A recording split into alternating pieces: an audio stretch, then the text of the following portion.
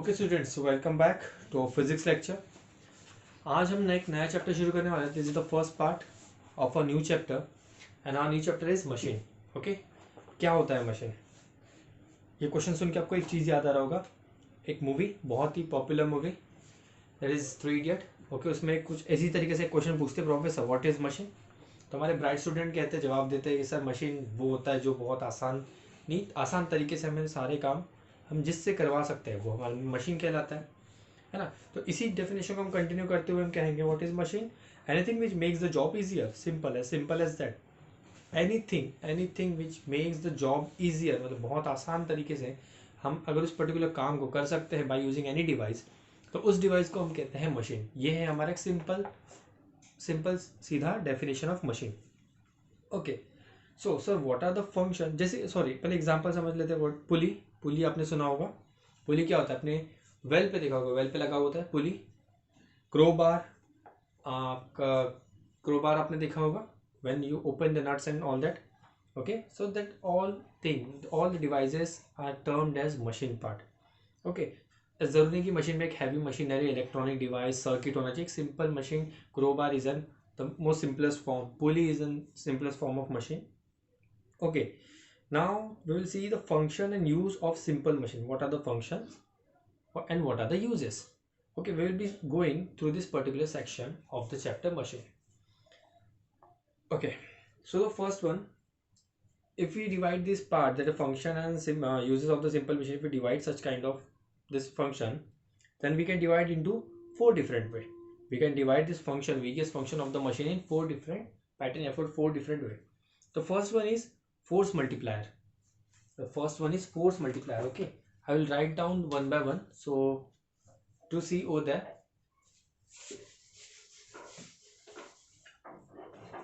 What is the first one? As I told you, the force multiplier. So what does force multiplier means? जैसे कि आपको word बेटा समझ में आ रहा होगा कि फोर्स मल्टीप्लाई मतलब फोर्स को यहाँ पे कहीं ना कहीं हम मल्टीप्लाई करने वाले हैं। तो सबसे पहला पार्ट रहेगा force multiplier.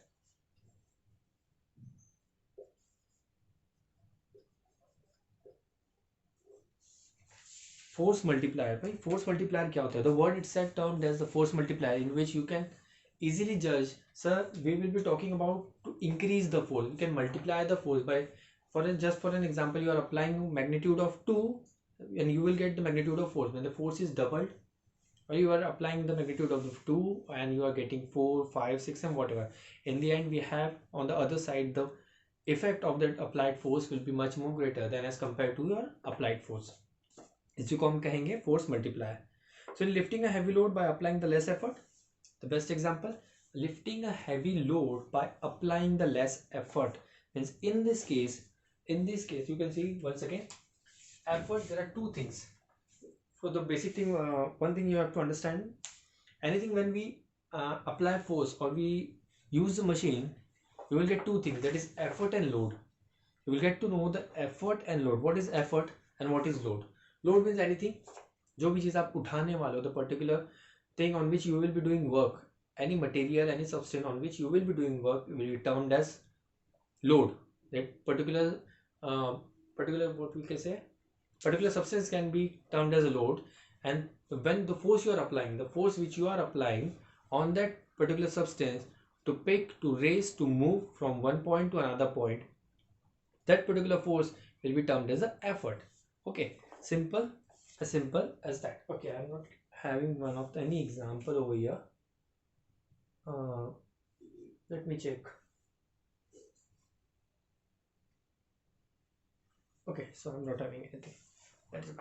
Okay, so this is the first part which we are talking about, force multiplier. In this case, in lifting a heavy load by applying less effort.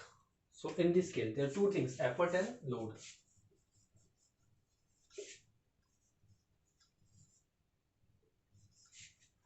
So as a term, as a sentence tells us that in lifting a heavy load, means load is heavy, by applying less effort, effort is less.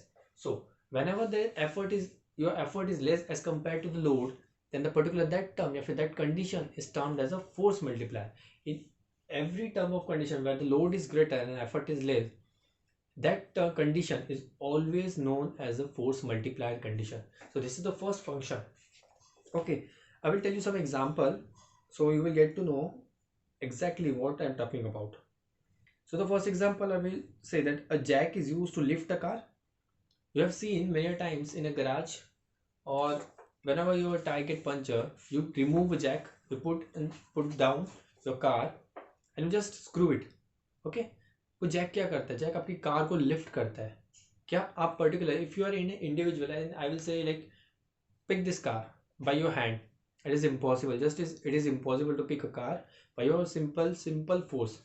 But when you are putting a jack, when you are applying effort, that is force on that jack, you can lift a heavy to heavy vehicle, that you can lift a truck also by using a jack. What does it mean? A heavy load can be picked up by that jack by using a less effort condition. So this is one of the best example. A bar is used to lift a heavy stone. A bar is lift to, you can see. A spade is used to turn the soil. A pulley are used to lift a heavy load. Pulley you can see like in well condition. आप सभी ने देखा होगा कि well से जब हम water remove करते हैं तो you will get one of the pulley attachment over there from which your string of a thread is completely down a rope, a heavy rope with a water bucket carrying. In all this example, the effort is much less than the load, so the machine acts as a force multiplier. So each and every condition, whatever the example I have discussed in front of you right now, in each and every condition, we have seen that effort as compared to the load is always less. Effort applied to the machine is always less as compared to the load. So such kind of an example are termed as the force multiplier.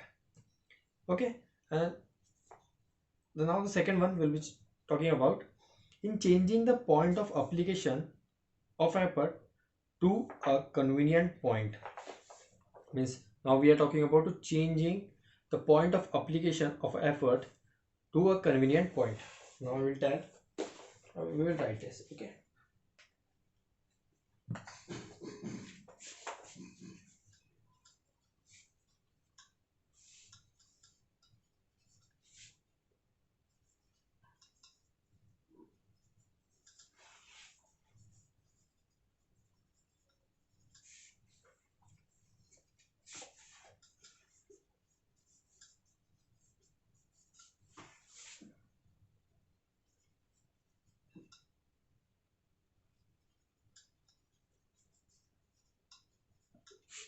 Or the second function or the second point that we are discussing in the use of simple machine is changing the point of application of effort to a convenient point. Now what does it mean? कि हम जहाँ पे effort apply करने वाले इस particular point पे, उस particular point पे effort हम apply करने वाले पर वो जो effort का effect है वो कहीं और दूसरी point पे जाके effect दिखने वाला है. तो ऐसी condition को हम समझते सबसे पहले example समझते तो you will get to know in easier way. The rear wheel of a cycle is rotated by applying the effort on the pedal attached by the toothed wheel, which is joined to the near wheel with the help of a chain. Thus, the point of application of effort is changed from the pedal to the rear wheel. आपने cycle चलाया होगा, सभी चलाते हैं बचपन में, ठीक है. तो साइकिल का example is the best example. आपने देखा होगा, I can't draw a perfect diagram of cycle but I will try. Okay,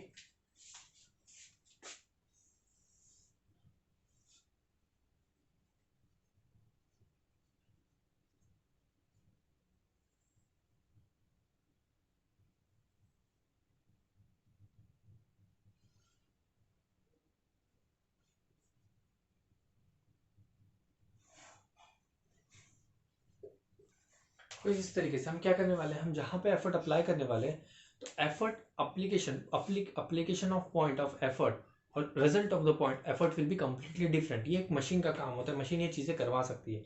जैसे आप देख सकते हैं पैडल है, ठीक है, it's not completely wrong but still you can सी ये पैडल है. तो यहाँ पे हम क्या करेंगे, एफर्ट अप्लाई करेंगे. एफर्ट अप्लाई करेंगे मतलब क्या होगा, हम यहाँ पे फोर्स अप्लाई करने वाले हैं. तो यहाँ पे जब हम फोर्स अप्लाई करेंगे तो due to moment of pedal, जब हम पैडल को रोटेट करते हैं इसके साथ क्या होता है आप समझो. सिस्टम क्या होता है, जब पैडल रोटेट करोगे तो क्या रोटेट होगा, चेन रोटेट होगी जिसके साथ चेन अटैच्ड है कंप्लीटली. यू विल सी यहाँ पे एक बड़ा सा व्हील होता है, टूथ व्हील, एक टूथ व्हील होता है बड़ा सा, ठीक है. इसके ऊपर चेन अटैचमेंट होती है. अभी चेन से क्या होता है, जब ये चेन मूव करेगा तो साथ में क्या होता है, जो इन बैकवर्ड डायरेक्शन, जो रियर मतलब बैकवर्ड डायरेक्शन में जो टूथ व्हील लगा हुआ है जिसे हम गियर कहते हैं, वो गियर रोटेट करेगा, और गियर रोटेट करने से क्या होगा, जो रियर टायर है आपके साइकिल का जो रियर टायर है वो मूव करना शुरू करेगा। इसका मतलब क्या हुआ भाई, आपने एफर्ट कहीं और लगाया, एफर्ट आपका पेडल पे लगा हुआ है, ठीक है, पर वो ट्रांसफर का हो रहा है, ट्रांसफर हो रहा है रियर व्हील पे। आपने पीछे की टायर पे कोई एफर्ट नहीं लगाया है, कोई फोर्स अप्लाई नहीं किया है, आपने अप्लाई किया है फोर्स ऑन पेडल। पर पेडल और जो सिस्टम है, टूथ व्हील का जो सिस्टम है जो कंप्लीटली अटैच है चेन के साथ, उस पर्टिकुलर सिचुएशन में क्या हुआ है कि फोर्स हमने ट्रांसफर किया है। मतलब जो सेकंड पॉइंट है that in changing the point of application of effort to a convenient point, मतलब जहां पे आपको इसका रिक्वायरमेंट है उसी प्लेस पे आपने उसको चेंज ट्रांसफर कर दिया। मतलब एक्चुअली आप ट्रांसफर ऑफ एफर्ट कर रहे हो, transferring of effort is a second point. चीजें क्लियर है, बहुत आसान है। अब थर्ड पार्ट आता है in changing the direction of effort to a convenient direction. तो changing in direction, third point क्या कह रहा है, चेंजिंग द डायरेक्शन।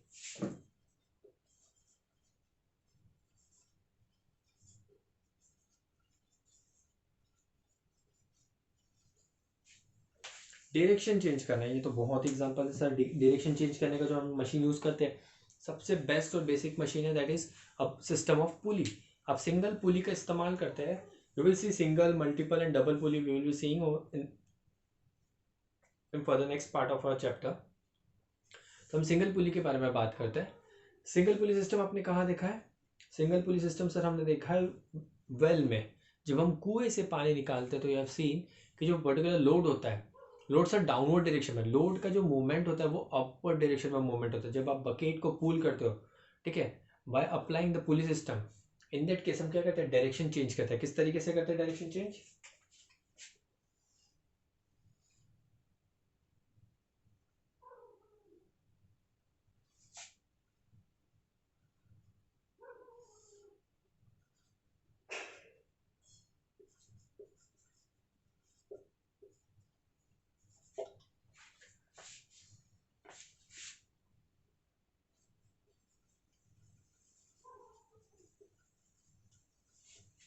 ठीक है, तो ये हमारा single pulley system. In this case आपने देखा होगा, आप क्या करते हो, जब आप पर्टिकुलर उस रोप को खींचते हो तो आप डाउनवर्ड डायरेक्शन में उसको खींचते हो। जो रोप को आप खींचोगे तो डाउनवर्ड डायरेक्शन का डायरेक्शन होता है, जबकि जो लोड होता है उसका मूवमेंट का डायरेक्शन क्या होता है, अपवर्ड डायरेक्शन। इसका मतलब आप देखो, लोड का मूवमेंट और एफर्ट का direction completely opposite to each other है। तो ऐसे केस में हम जो थर्ड पार्ट आता है that is changing the direction. मतलब हम मशीन के द्वारा क्या कर सकते हैं, मशीन के द्वारा हम किसी भी ऑब्जेक्ट का डायरेक्शन चेंज करने की कैपेसिटी रखते हैं। क्लियर है यहाँ तक, है ना? तो ये सारी चीज़ें, ये तीसरा बहुत बेसिक और बहुत सरल हम एग्जाम्पल आपको प्रोवाइड करें। फिर चौथा होता है to for obtaining a gain in speed. फिर आप क्या कर सकते हो, स्पीड गेन कर सकते हो मशीन से। और एक यूज है इसका,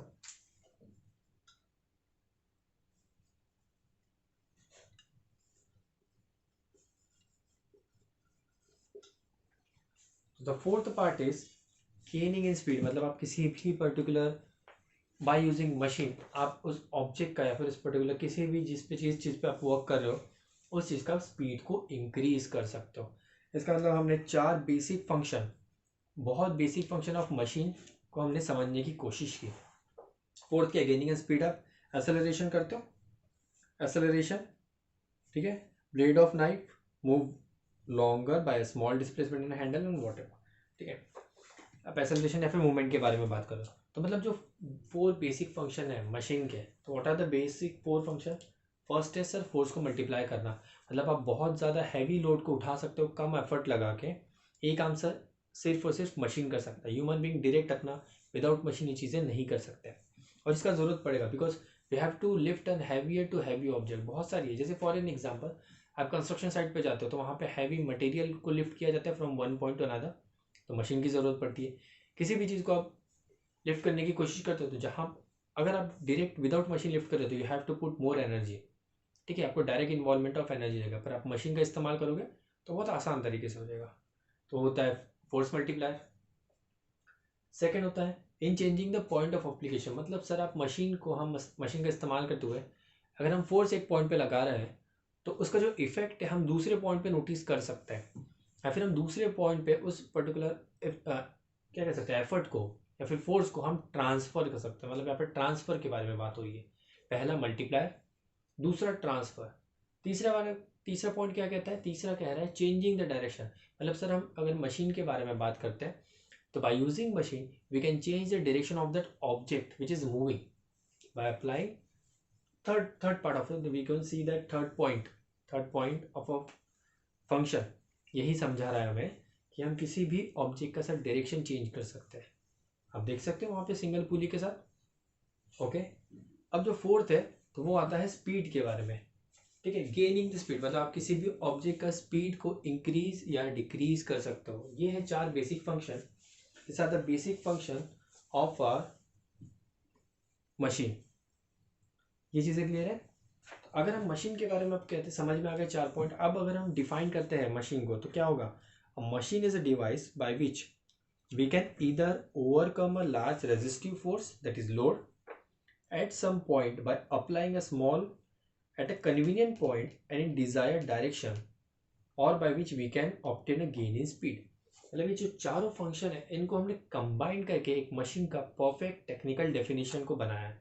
तो हम फिर से रिपीट करते हैं, what is the perfect technical definition for the machine. A machine is a device, first of all a machine is a device by which we can either overcome a large resistive force, मतलब हम बहुत बड़े resistive force को overcome कर सकते हैं by the first point हमारा यही कहता है। At some point by applying a small force, देखो स्मॉल फोर्स फर्स्ट पॉइंट क्या कहते हैं कि एफर्ट को कम अप्लाई कीजिए, लार्ज लोड आप इंक्रीज करोगे।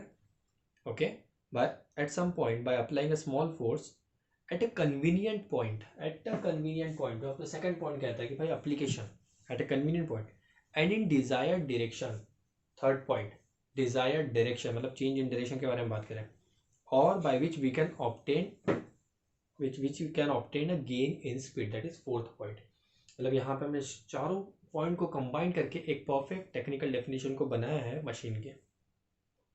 ओके, अब यहाँ पे आपने देखा होगा कि एक है स्पीड मल्टीप्लायर और एक है effort. First and fourth point के बारे में जानते हैं, सेकंड थर्ड के बारे में छोड़ते हैं, फर्स्ट और फोर्थ के बारे में जानने की कोशिश करते हैं।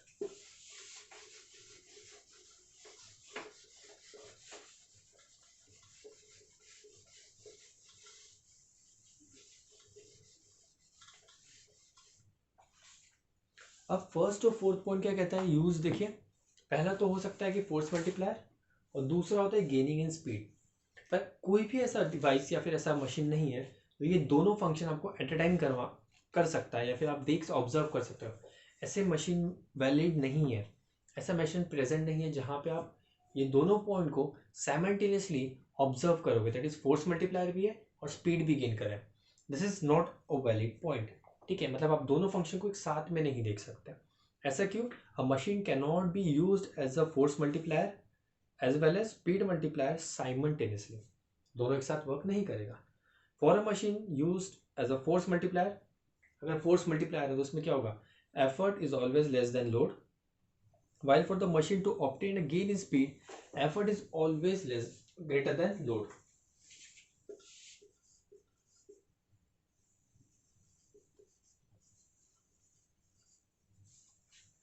मतलब आप ऐसा तो हो नहीं सकता कि सर आपका एफर्ट भी कम है एट ए टाइम और सेम टाइम पे आपका एफर्ट ज़्यादा भी है, ये तो वैलिड ही नहीं है कंडीशन, है ना। मतलब any one of the condition can be observe in your machine, okay, in your device what ever.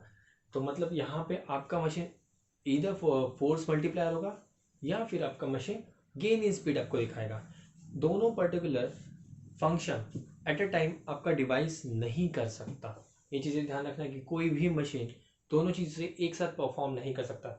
Machine can not be a force multiplier as well as a gain in speed type of machine. Okay, it can be either one, either force multiplier और gain in speed direction. अब देख सकते हो condition क्यों है, because force multiplier effort बहुत minimum होता है, मैक्सिमम लोड हम उठा सकते हैं। पर स्पीड जब आपको गेन करनी होती है, बहुत ज़्यादा स्पीड चाहिए, तो आपका जो एफर्ट है वो बहुत तेज़ होना चाहिए, बहुत ज़्यादा होना चाहिए एज़ कम्पेयर टू लोड। जैसे कि फॉर एग्जाम्पल एक कार है, कार को आपको पुश करना है, तो आपको अगर फास्ट उस कार की स्पीड बढ़ानी है, सिर्फ पुश करते हुए जाना है, तो आपको फोर्स बहुत तेज़ी से अप्लाई करना पड़ेगा। कार से भी ज़्यादा फोर्स अप्लाई करना पड़ेगा, मतलब एफर्ट आपका जो रहेगा वो हमेशा ज़्यादा रहेगा एज़ कम्पेयर टू लोड, तो तभी तो वो स्पीड गेन कर पाएगा। तो वही अगर कार पंचर होता है और आपको जैक पे लगवाना है तो आप क्या करोगे, हैवी पर्टिकुलर कार को मिनिमम फोर्स के साथ ऊपर की तरफ उठाओगे बाय यूजिंग जैक, ठीक है। तो उसमें एफर्ट लेस होता है और लोड ज़्यादा होता है। तो ये चीज़ें बहुत इंपॉर्टेंट है जानने, this is the particular important note, you should know this, okay. You should know this के फोर्स मल्टीप्लायर और स्पीड गेन साइमल्टेनियसली नहीं हो सकता, ओके। चलो अब हम आते हैं कुछ बेसिक टर्म और बहुत इंपॉर्टेंट पॉइंट है। अभी जो हम इंपॉर्टेंट पॉइंट डिस्कस करने वाले हैं कुछ टेक्निकल टर्म, इसी पे हमारा चैप्टर बेस्ड है, इसी पे हमारे न्यूमेरिकल्स रहेंगे, ठीक है। और बहुत इंपॉर्टेंट सेक्शन है जहाँ जब हम कुछ बेसिक टेक्निकल टर्म्स को हम रिलेटेड बात करने वाले हैं।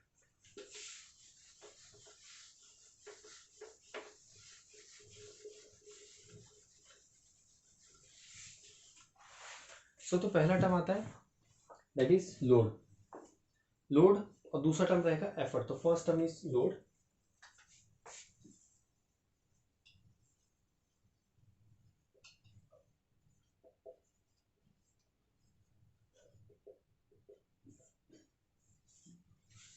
दो टर्म के बारे में हम जानेंगे। लोड, लोड क्या होता है, एक रेजिस्टिव या फिर कह सकते हैं opposition force to be overcome by a machine is called load. एक रेजिस्टिव फोर्स या फिर ऐसा पर्टिकुलर अपोजिंग फोर्स जिसके अगेंस्ट में हम काम करने वाले हैं, उस पर्टिकुलर हमारा जो डिवाइस है या फिर हमारा जो मशीन है जिसके अगेंस्ट में काम करने वाला है, तो वो क्या करेगा, हमेशा अगेंस्ट रहेगा, मतलब एक अपोजिशन फोर्स जनरेट करेगा, एक अपोजिट डायरेक्शन का फोर्स जनरेट करेगा। फॉर एन एग्जांपल ऐसे समझते हैं,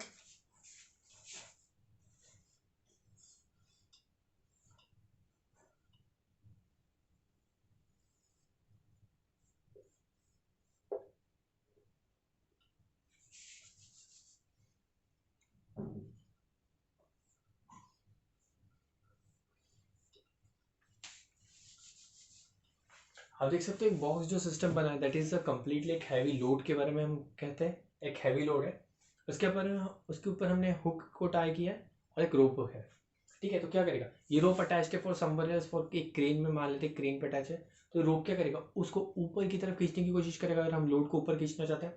तो लोड क्या करेगा, due to weight we know that weight का डायरेक्शन क्या होता है, downward direction towards the gravity, ठीक है। तो वेट क्या करेगा, ये रहेगा वेट दैट इज डब्ल्यू, और इस तरफ रहेगा इसका एफर्ट, ठीक है। और वेट ही क्या होता है, लोड होता है, तो ये लोड कहेगा।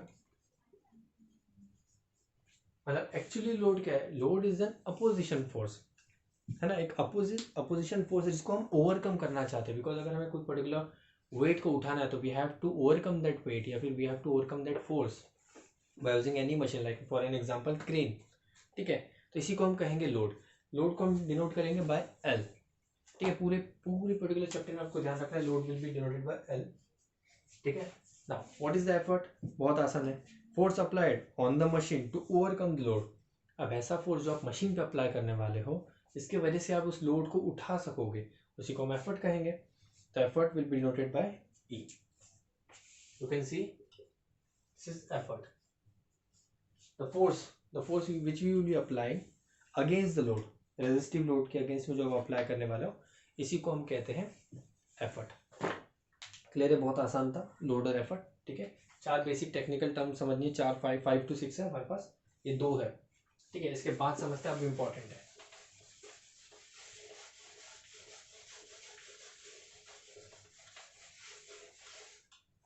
ये तो बहुत बेसिक हो गया। अब आते हैं थोड़ा इंपॉर्टेंट सेक्शन पे। तो पहला बनता है मैकेनिकल एडवांटेज। मैकेनिकल एडवांटेज क्या होता है, ठीक है। मैकेनिकल एडवांटेज हम समझते क्या होता है,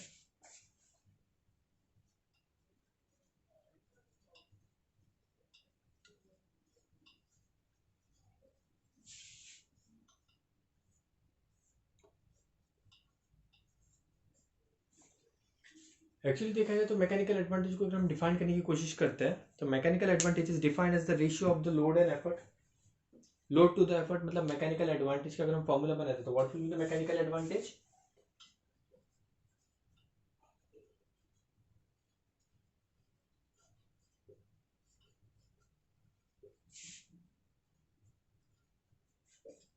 So mechanical advantage is the ratio, it's a comparison.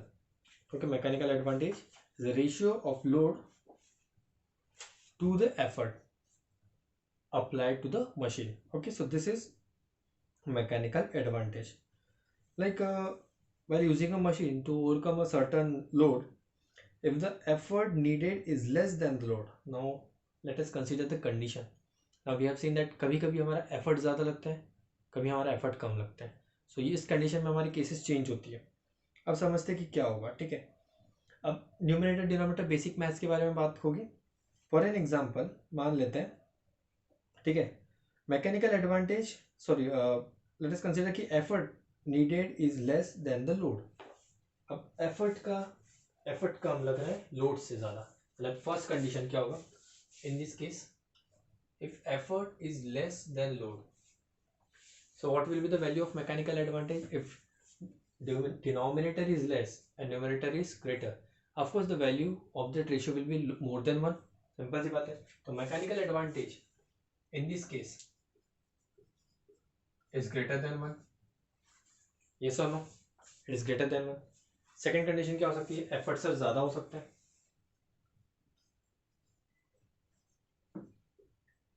In this case mechanical advantage is less than 1. और सर थर्ड कंडीशन हो सकती है,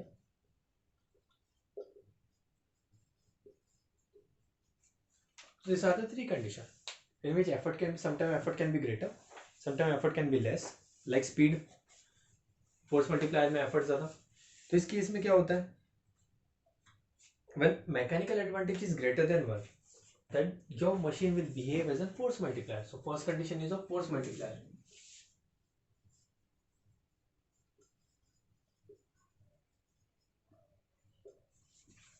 So first condition is a force multiplier. We have seen that. हमने देखा है ना. अब second condition, sir mechanical advantage जब लेस देन 1 होता है तो ये गेन इन स्पीड देता है.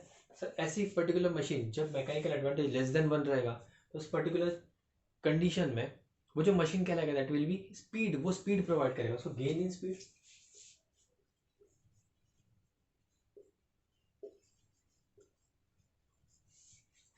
ओके. अब सर मैकेनिकल एडवांटेज जब 1 होता है, so mechanical advantage, the machine having the mechanical advantage equal to 1. किसी भी मशीन का जब मैकेनिकल एडवांटेज 1 होगा, कब होगा, जब एफर्ट इक्वल टू लोड होगा. तो in that case that is generally a change in direction of effort as there is no gain and no force. यहाँ पे क्या होता है, चेंज इन डायरेक्शन. तो थर्ड पार्ट है वो क्या देगा आपको, चेंज इन डायरेक्शन प्रोवाइड करेगा.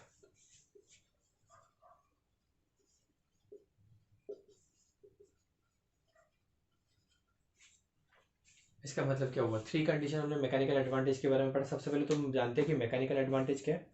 सर मैकेनिकल एडवांटेज होता है ratio of load is to effort. Okay, it is clear कि सर जो लोड है पर्टिकुलर जिस वर्क पे हम, जिस लोड पे हम वर्क करने वाले, हमारी मशीन वर्क करने वाले, उस लोड और एफर्ट का सर आप रेशियो ले लीजिए तो मैकेनिकल एडवांटेज बन जाएगा. चलो ये समझ में आ गया. अब इस केस में हो सकता है कभी एफर्ट का क्वांटिटी ज़्यादा, कभी एफर्ट की क्वांटिटी कम, या फिर कभी effort is completely equal to the load. So the three different case can be possible. First case, effort is less than load. In that case, mechanical advantage is always greater than 1, which is known as the force multiplier condition. Now, second part, if in your machine, if effort is greater than load, so the mechanical advantage for that machine will be less than 1, and that particular machine will be termed as a gain in speed machine. मतलब वो machine क्या करेगा, आपको speed provide करेगा. Sir third condition भी तो sir possibility है कि effort is equals to load. Sir अगर दोनों कंडीशन सेम हो जाती है, effort equals to load, sir ratio 1 आएगा. ऑफकोर्स रेशियो 1 आएगा. सर रेशियो 1 आता है, मैकेनिकल एडवांटेज 1 है, तो सर ऐसी मशीन को क्या कहते हैं, थोड़ा ऐसी मशीन को हम कहते हैं चेंज इन डायरेक्शन मशीन. जैसे कि सिंगल पुली. सिंगल पुली का कंडीशन में क्या रहेगा, तो single pulley will show you the same thing, that is change in direction बताएगा आपको. सो यहाँ पे हम कुछ एग्जाम्पल हमें पता होना चाहिए कि चेंज, जब सिंगल पुली के बारे में बात करेंगे तो मैकेनिकल एडवांटेज क्या रहेगा, मैकेनिकल एडवांटेज 1 रहेगा, because change in direction provide कर रहा है. क्लियर है. अब यहाँ पे और एक चीज, अब देखो मैकेनिकल एडवांटेज दो चीजों का रेशियो है, लोड एंड एफर्ट.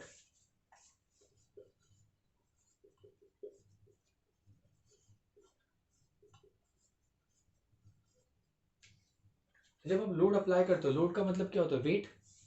लोड क्या होगा? वेट ही होगा। वेट का यूनिट क्या होता है? न्यूटन। सिंपल सी बात है।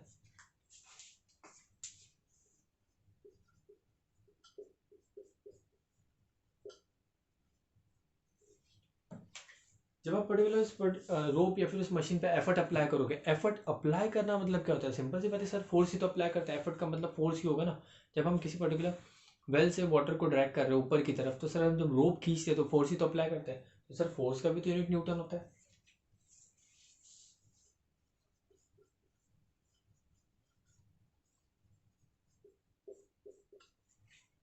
सर दोनों का जब यूनिट सेम है तो जब हम कैंसल आउट करेंगे तो मैकेनिकल एडवांटेज, और एक चीज पता चलती है हमें मैकेनिकल एडवांटेज के बारे में। दैट इज मैकेनिकल एडवांटेज का कोई यूनिट नहीं होता, it is unitless quantity. It has no unit, this is unitless quantity.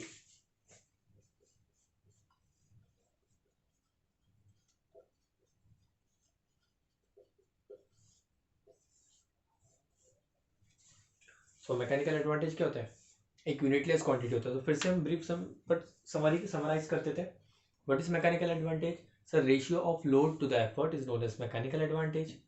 So there are three possibility या फिर three condition of mechanical advantage. The first one is, so when effort is less than load, in that condition our machine will have a mechanical advantage greater than 1. So such kind of machine will termed as a force multiplier. Okay. Second condition क्या होता है? Second condition is like, sir, if effort is greater than load, in that condition mechanical advantage is less than 1. So you will be seeing gain in speed. And third condition, effort is equals to load, so mechanical advantage will be 1 and it will be changing direction condition. Okay, so this is mechanical advantage summary. अब हम next term के बारे में बात करते हैं, ठीक है?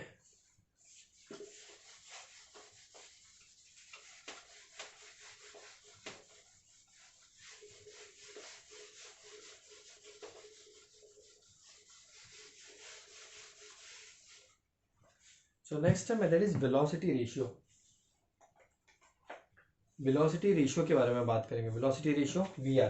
तो वेलोसिटी रेशियो क्या है? Ratio of velocity of effort to the velocity of load is called velocity ratio. बहुत सिंपल सा टर्म है वेलोसिटी रेशियो, आप समझ ऐसे ही समझ सकते हो। तो फोर्थ टर्म,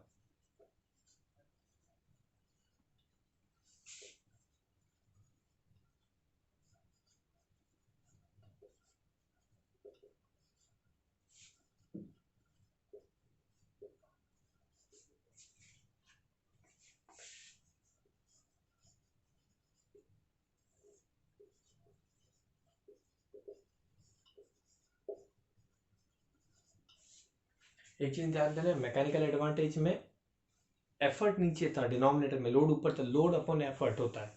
और जब हम वेलोसिटी रेशियो के बारे में बात करते हैं तो वेलोसिटी रेशियो कहता है velocity of effort upon velocity of load.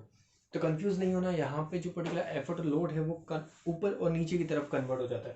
तो जैसे हम कह सकते हैं वेलोसिटी ऑफ एफर्ट को हम वी लिख सकते हैं।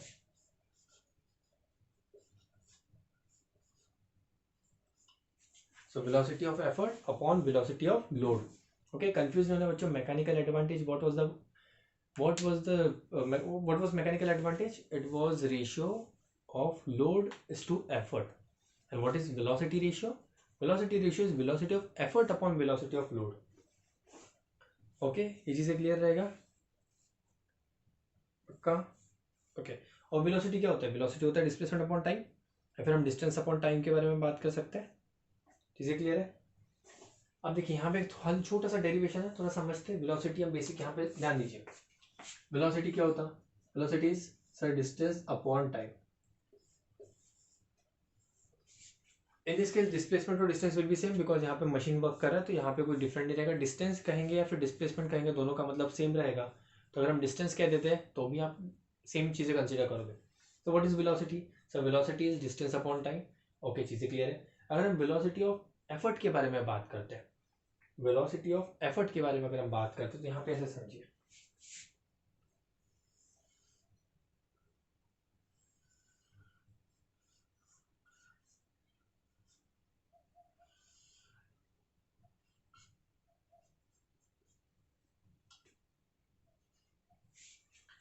तो आप देख सकते हो कि लोड और एफर्ट, अब आप ऐसे समझिए कि जब आप एक वेल से वाटर निकालते हो जितना आप रोप अपनी तरफ खींचते हो उतना ही बकेट ऊपर की तरफ आता है। मतलब जितना आप रोप खींचोगे उतना ही रोप ऊपर की तरफ ट्रेवल करेगा। इसका मतलब क्या होगा, ऐसा समझो, ये कंडीशन है।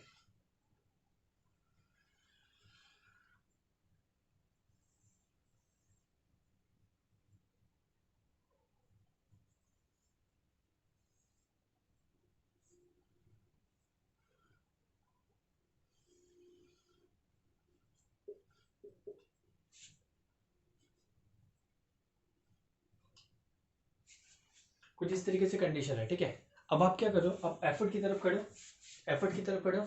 अब आप इस अपनी तरफ खींच लो, मतलब इसे ड्रैग करो अपनी तरफ। The distance travelled by the rope, the distance travelled by the rope towards you, मतलब distance travelled by the rope, by the effort, distance traveled by the effort by the rope will be equal to the distance traveled by this bucket in upward direction.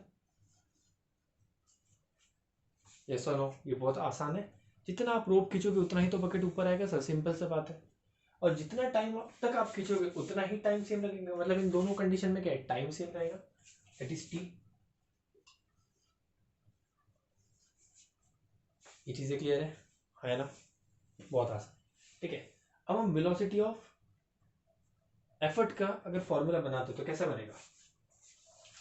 velocity of effort will be equal to sir distance traveled by the effort upon time. velocity of load क्या बनेगा sir? distance traveled by load upon time. हमें किसका ratio चाहिए? हमें ratio चाहिए VE upon VL। तो क्या हम इसे डिवाइड कर सकते हैं? Yes of course sir. VE upon VL equals to sir DE upon T divided by DL upon T। In which time same है तो टाइम कैंसिल आउट हो जाएगा। टाइम क्या होगा? कैंसिल आउट, बिकॉज टाइम तो सेम ही रहेगा। तो जितना टाइम खींचोगे उतना ही टाइम में ऊपर आएगा, है ना? ठीक है, तो फॉर्मूला क्या है remaining? VE upon VL is equal to DE upon DL। So the velocity of effort upon velocity of load is also equals to the distance traveled by the effort upon distance traveled by the load, because जितना आप effort लगाओगे उतना ही distance travel करेगा आपका effort, ठीक है। और VE upon VL क्या होता है sir? VE upon VL the left hand side, VE upon VL तो सर वेलोसिटी रेशियो होता है। इसका मतलब वेलोसिटी रेशियो का और एक फॉर्मूला बन गया यहाँ पे, देखिए। Velocity ratio is equal to distance travelled by effort upon distance travelled by load.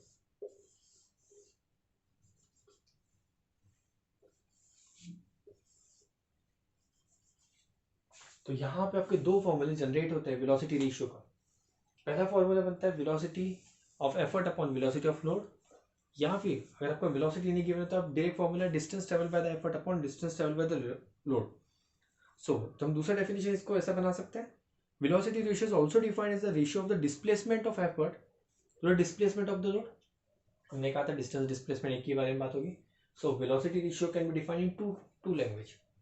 First one velocity of effort upon velocity of load, तो फर्स्ट फॉर्मूला, या फिर हम इसे डिराइव करते हुए हमने कंक्लूड पे आया और हमने एक नया फॉर्मूला जनरेट किया, that is velocity ratio can also be describe as the ratio of displacement of effort upon displacement of load. ये दोनों बेटा बहुत इंपॉर्टेंट है। तीन फॉर्मूले हमने अभी तक पढ़े, that is mechanical advantage. Mechanical advantage क्या है हम साइड में लिख रहे, भूल मत जाना, ठीक है। मैकेनिकल एडवांटेज वाज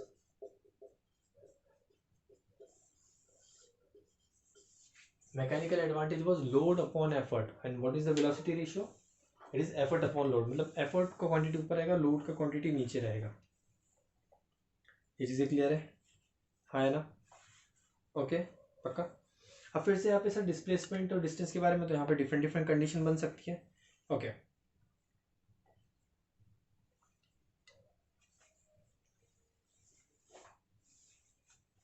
अभी डिफरेंट कंडीशन समझते क्या है? रेशियो है सर, कंडीशन डिफरेंट।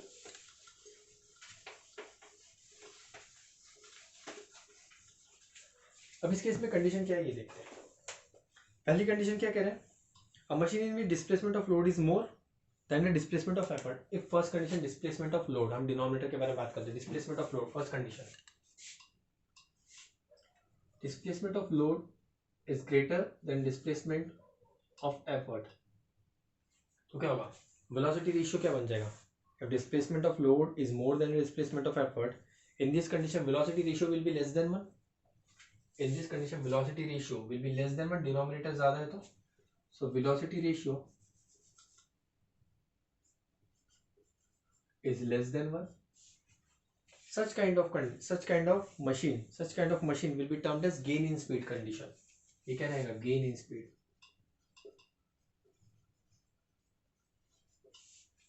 ठीक है. सेकेंड कंडीशन क्या हो सकता है, if the velocity ratio of machine is more than 1. more than 1 कब रहेगा, more than 1 कब रह सकता है, जब dl is less than de. In this case क्या होगा, velocity ratio will be greater more than 1. More than 1 रहेगा तो ऐसे मशीन को हम क्या कहते हैं, ऐसे मशीन को हम कहते हैं फोर्स मल्टीप्लायर.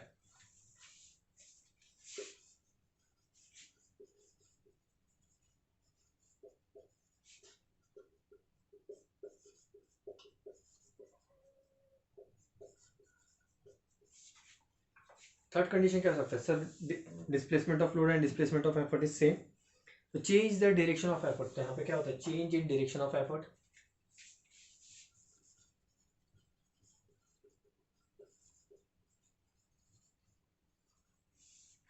थर्ड कंडीशन है वेल में डिस्टेंस हमने बताया था, जितना आप रोप खींचोगे उतना ही जो बकेट है ऊपर की तरफ आता है वेल से, जितना आप रोप खींचोगे उतना डिस्टेंस ऊपर की तरफ ट्रेवल करेगा. तो ये जो कौन सा कंडीशन थी, वो third condition, distance travel by the load is equal to the distance traveled by the effort. In that condition velocity ratio is always 1.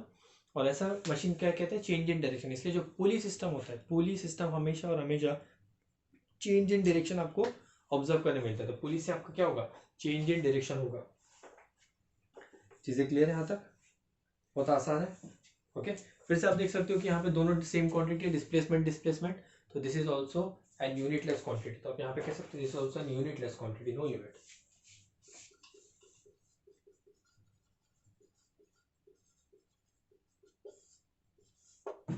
Because same quantity का रेशियो है जो कैंसिल आउट हो जाएगा, इसलिए यहाँ पे आपका जो यूनिट है वो यूनिट यहाँ पे नहीं बनेगा. ऑल्सो यहाँ पे क्लियर है सभी को. इसका कुछ बचता है work input, work output and efficiency, वो हम नेक्स्ट पार्ट में देखेंगे. तो this is the important part जहाँ पे आपका mechanical advantage of velocity ratio बहुत इंपॉर्टेंट है. आप इनका नोट्स बहुत अच्छे से बनाओगे, बहुत अच्छे से नोट्स बनाना जरूरी है, बिकॉज ये पूरा कंप्लीटली आपका न्यूमेरिकल बेस्ड होने वाला है चैप्टर आगे. तो ये नॉलेज इंपॉर्टेंट है जहाँ पे ऑब्जेक्टिव और सब कुछ बहुत बहुत ही ज़्यादा इंपॉर्टेंट. ओके, चलो, ओके, सो थैंक यू.